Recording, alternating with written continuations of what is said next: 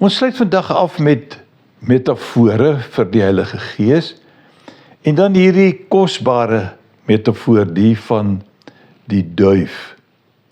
Ek lees Johannes 1 vers 32 en 34, maar dit verwys ook natuurlik in Matteus 3 vers 16 en 17 en Markus 1, Lukas 3 ensovoorts.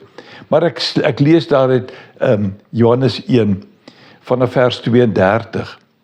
Verder het Johannes getuig. Dit is Johannes die doper.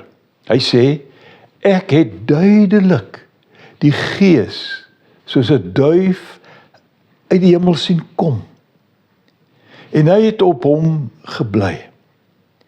Ek het self ook nie geweet wie hy is nie, maar God wat my gestuur het om met water te doop, het vir my gesê, die een op wie jy die Gees sien kom en bly, dit is hy wat met die Heilige Gees doop.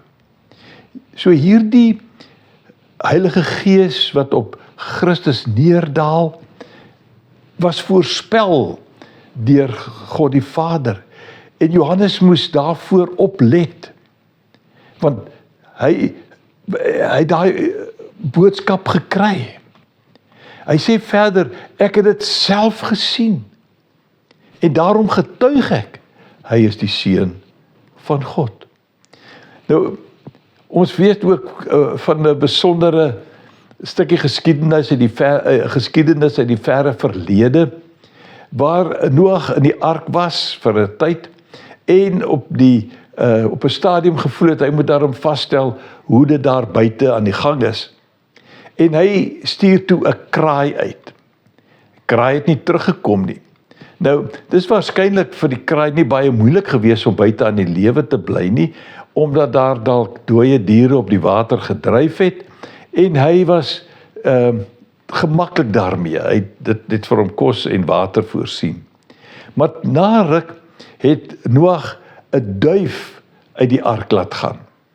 En die duif het na rukkie teruggekom. En Noag het hom weer uitgestuur.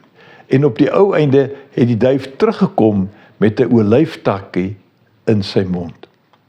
En nou is dit vir my so mooi om hierdie gedagte wat God die Vader gebruik het om die uitstorting van die Heilige Gees in Jesus se lewe meer sigbaar te maak met die van die duif, ook in ons lewe 'n realiteit te probeer maak.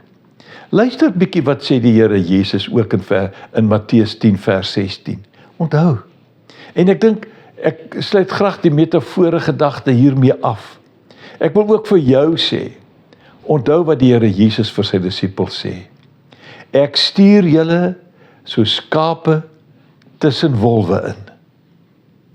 Wees dus versigtig, so slange, en opreg, soos duwe. Sien jy kans daarvoor?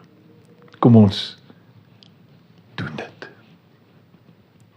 Loop mooi.